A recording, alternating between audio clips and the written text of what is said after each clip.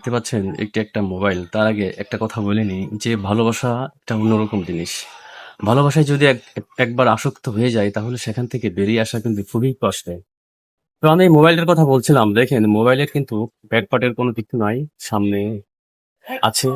তো মোবাইল এখনই চলছে খুব আস্তে, আস্তে চলছে, নিগিঢিগি করে চলছে।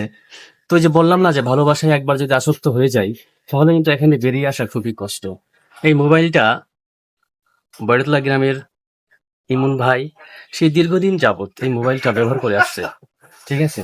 তো এই যে ভালোবাসায় মোবাইলের প্রতি যে আসক্ত হয়ে গেছে সে এটাকে কোনোভাবেই ছাড়তে পারছে না।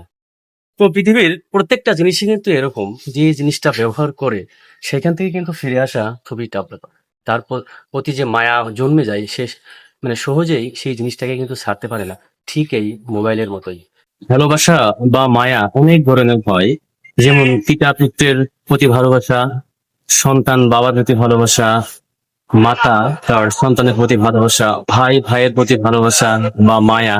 আমার সন্তান বিবাহ হয়ে যায় তার বাবার কাছ বা তার পরিবারের কাছ থেকে বিচ্ছেদ হয়ে যায়, তখন এই মায়ার জন্যই যে কতটা কষ্ট হয় সেই কন্যাই বোঝে এবং বাবা বোঝে। তদ্রূপ মায়া প্রত্যেকটা জিনিসের উপরে কিন্তু মায়া মমতা আছে। তদ্রূপ এই মোবাইলটা কিন্তু একদিন কেনা হয়েছিল। কত ঘাত প্রতিঘাত এই মোবাইলের মধ্যে গিয়েছিল।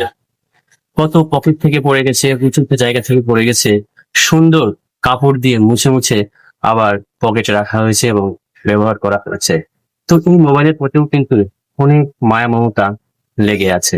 হ্যাঁ, মোবাইল কিনলে আর একটা কেনা যায়, কিন্তু এই মোবাইলের প্রতি যে মায়া যে মমতা আছে সেটা সহজে বিচ্ছেদ হচ্ছে না। তদ্রূপ দেখেন, যখন মানুষ বৃদ্ধ হয়ে যায় তখন কিন্তু সেই বৃদ্ধ বয়সের যে দাদুর হাতের যে লাঠি থাকে সেই লাঠিটাও কিন্তু অনেক মায়া মমতা চলে আসে। সেই লাঠিটা কিন্তু দাদু ছাড়তে চায় না। ঠিক যেমন মোবাইলটার উপর যে মায়া মমতা হয়েছে